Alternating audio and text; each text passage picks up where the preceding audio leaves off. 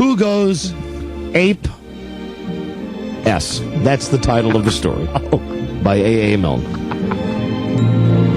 I'm going to read this in the same style that I read something to Bart. Bart and I are currently reading a book called Henry Huggins. I used to love these Henry Huggins books when I was a kid with Beezus and Ramona. Right. We are reading the book where Henry Huggins finds a case of bubble gum and wants to sell the gum to buy himself a new bicycle. So for the youngsters, the real little ones, perhaps turning the radio down might be in order at this point? That was kind of the point I was making, because I'm going to read this like in my daddy voice. Wonderful. Everything was rather quiet in the 100-acre woods. The trees whispered to each other as the wind rustled their leaves. Under a large oak tree, there lived Pooh Bear.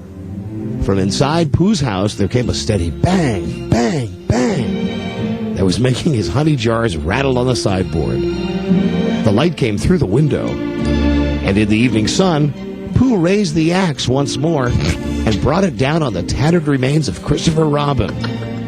"Why won't he fit?" puffed Pooh to himself as the axe came down once more. There was a small pile of earth and a hole next to it, which Pooh had hidden with his favorite rug. Christopher Robin, selfish prat that he was, didn't quite fit in the hole that Pooh had dug, so instead of making it wider, he decided to hack Christopher Robin's legs off. A far more sensible idea, thought Pooh, and hummed a little song to himself as he cut the last tendon and ran the rest of the body in the hole. Oh, a little grisly detail. After covering it up with the rug. Always too bossy, thought Pooh. Always too bossy. Always grabbing me by the paw and saying, "Come on, Pooh, let's have an adventure." Or, "Pooh, you are silly," in that affected, cutesy, spoiled brat voice and his stupid little shorts. I hate that bastard. Pooh had waited all afternoon for Christopher Robin to come around, humming a little tuneless song to himself whilst gazing blankly into the fire and fondling the oaken handle of the axe. When Christopher Robin finally turned up, squeaking in his child actor voice, "Come on, Pooh, open up." Pooh had answered the door normal as anything, talked about the weather, and then went to the cupboard and fetched the axe. Squeaking in his child actor voice. While C.R. had sat there prattling on about what a silly bear Pooh was and how he had such a little brain, which wound Pooh up to no end, Pooh had raised the axe high and brought it down with a satisfying thud on Christopher Robin's skull. Oh, my God. Leaving it virtually in two, with just some muscle fiber in place to keep the pieces upright. Oh, God. And freezing CR's eyes wide in horror that Pooh, lovable Pooh, could do such a thing. Terrible Pooh. Pooh giggled a little. Pooh going ape-ass. And wiped some saliva from his mouth with a shaky paw. Then Pooh, calm as anything, mopped up the blood, washed the axe, and began to dig the hole. Piglet had wondered why Pooh had not called for him that morning to have his tea and biscuits. Oh, no, there's going to be another murder. So he decided to visit Pooh instead. Oh, my God, no. Carnage. He admired the evening sun, blood red, and listened to the birds singing. Pooh watched him get nearer and nearer and plugged in his drill. Oh, my God. Piglet had no time to realize what had happened.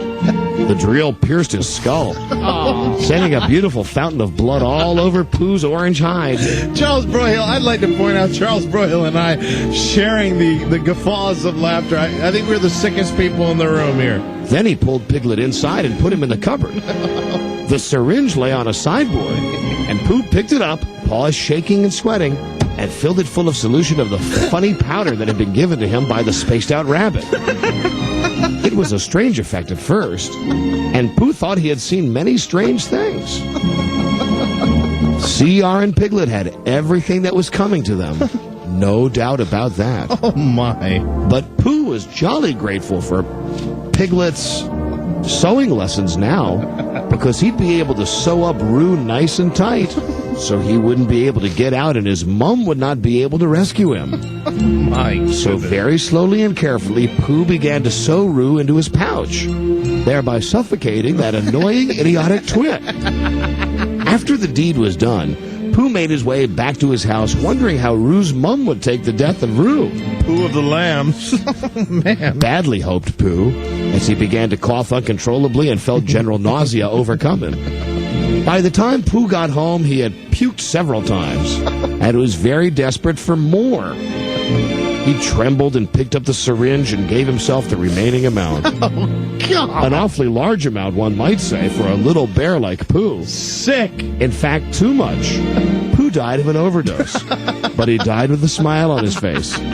He was dreaming that he was the only teddy bear made with a willy, and dreamed how he surprised Eeyore one day. But that's a story for another day.